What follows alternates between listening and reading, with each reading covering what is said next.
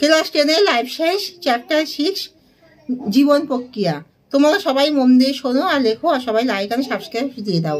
জীবন প্রক্রিয়া হলো একটি জীব যখন সুষ্ঠুভাবে পরিবেশের মধ্যে চলন গমনের মাধ্যমে বেঁচে থাকে, আর জীব যখন পরিবেশের সাথে সংবিধান করে তার জীবন প্রক্রিয়াকে এগিয়ে নিয়ে যায়, তার জীবনে বেঁচে থাকার অর্থাৎ তার জনন সম্পন্ন হয় এবং সেই জীবটি পরিবেশের মধ্যে চলন ও গমনের মাধ্যমে তার জীবনে চক্র অর্থাৎ তার জীবন চক্র আবর্তিত হয়, জীবটি টিকে থাকে, তাকে জীবন প্রক্রিয়া বলা হয়।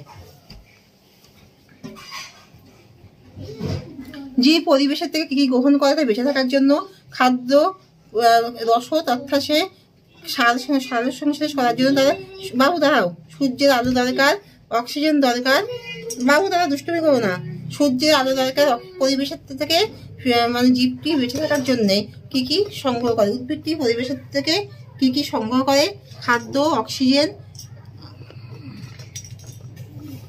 বাবু দুষ্টুমি করো না, নষ্ট করে দিলে দাদা।